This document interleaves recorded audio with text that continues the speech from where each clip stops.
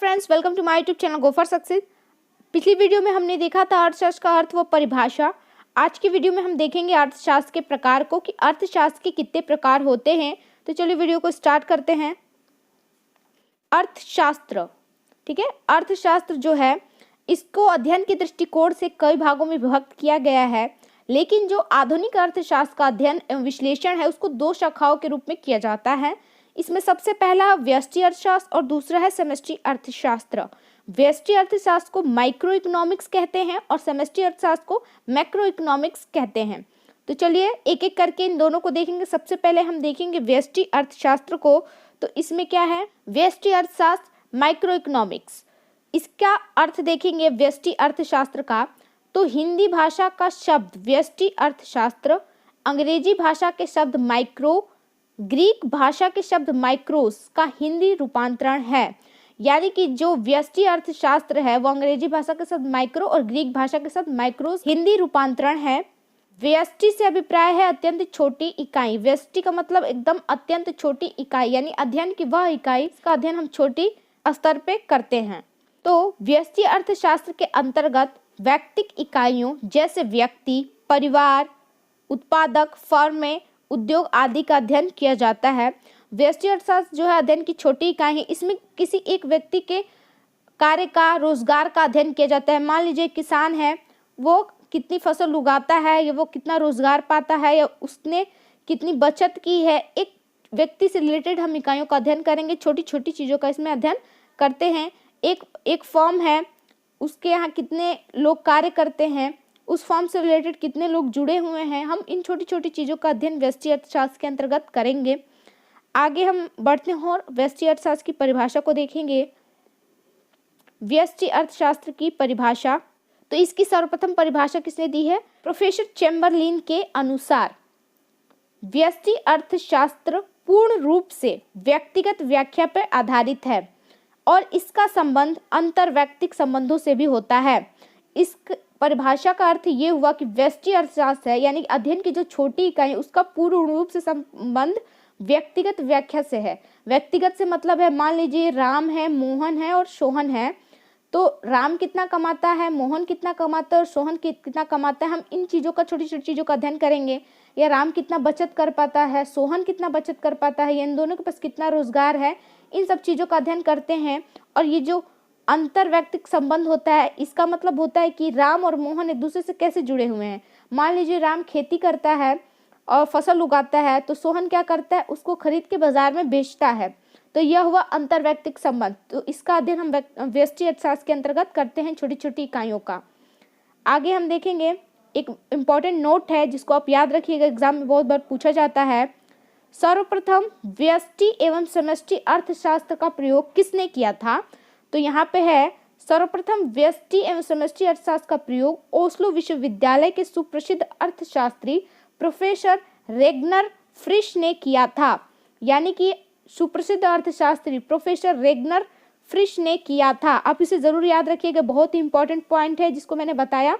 सर्वप्रथम व्यष्टि और समष्टि अर्थशास्त्र का प्रयोग किसने किया था। अब हम आगे बढ़ेंगे और व्यष्टि अर्थशास्त्र की उक्त शाखाएं देखेंगे। व्यष्टि अर्थशास्त्र के अंतर्गत हम किन चीज़ों का अध्ययन करते हैं, क्या क्या शाखाएं आती हैं। तो व्यष्टि अर्थशास्त्र के अंतर्गत सर्वप्रथम 3 शाखाएं हैं।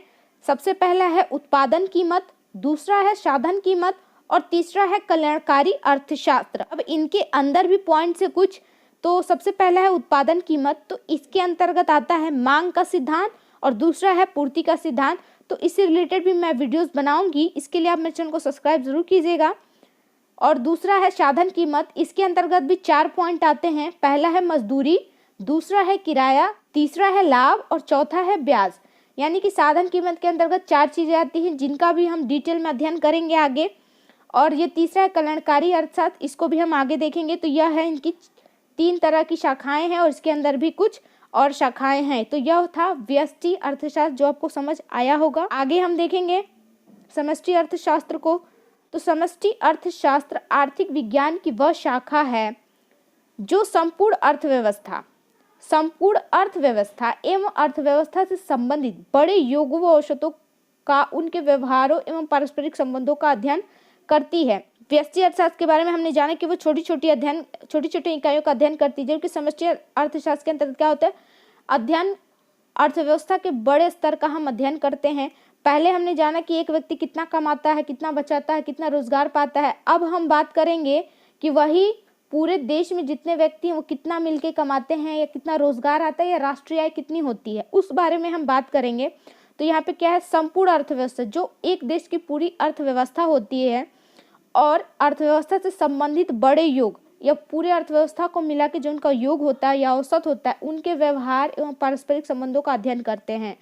ठीक है, तो यह है समष्टि अर्थशास्त्र। अब देखेंगे समष्टि अर्थशास्त्र की परिभाषा। तो प्रोफेसर चैम्बरलिन के अनुसार उन्होंने क्या कहा है, समष्टि अर्थशास्त्र कुल संबंधों की व्याख्या करता है, कुल संबंधों की व्याख्या करता है।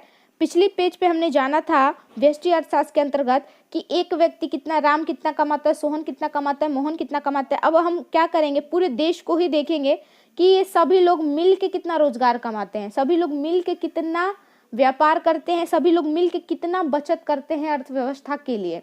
तो यह क्या हम समष्टि अर्थशास्त्र में देखेंगे, यानी कि सारी चीज़ों को मिला के हम समष्टि अर्थशास्त्र के अंतर्गत अध्ययन करेंगे। जबकि व्यष्टि में क्या था कि हम सिर्फ एक व्यक्तिगत व्यक्ति के बारे में अध्ययन कर रहे थे। ठीक है, तो आपको ये समझ आया होगा समष्टि अर्थशास्त्र का अर्थ क्या है, यानी कि डिटेल में हम पढ़ते हैं अर्थव्यवस्था के बारे में समष्टि अर्थशास्त्र में। आगे हम देखेंगे समष्टि अर्थशास्त्र की शाखाएं, इसके अंतर्गत किन किन चीज़ों का हम डिटेल में अध्ययन करते हैं। तो समष्टि अर्थशास्त्र में सबसे पहला है आय, उत्पादन व रोजगार के सिद्धांत। सबसे पहला पॉइंट आता है आय का क्या सिद्धांत है, उत्पादन का क्या सिद्धांत है, व रोजगार का क्या सिद्धांत है। दूसरा है सामान्य कीमत, यानी सामान्य कीमत स्तर, किस वस्तु की कीमत कितनी है, कितनी अधिक है, या सामान्य कीमत। ठीक है, तीसरा पॉइंट है आर्थिक विकास का सिद्धांत, कि आर्थिक विकास को कैसे बढ़ाया जाए, या किसी देश की आर्थिक विकास कैसी है, इस बारे में हम अध्ययन करते हैं। और चौथा है वितरण का समष्टि सिद्धांत, वितरण का जो सिद्धांत है वह क्या है। तो यह है समष्टि अर्थशास्त्र के विषय क्षेत्र। इस पे भी आगे मैं डिटेल में वीडियो बनाऊंगी। उन वीडियो को देखने के लिए प्लीज़ आप मेरे चैनल को सब्सक्राइब कीजिएगा, और अगर आपको ये वीडियो अच्छा लगा हो तो प्लीज़ इस वीडियो को लाइक और मेरे चैनल को सब्सक्राइब जरूर कीजिएगा। साथ ही साथ बेल आइकन प्रेस कर दीजिएगा, जिससे आपको मेरी वीडियोस की नोटिफिकेशन मिलती रहे।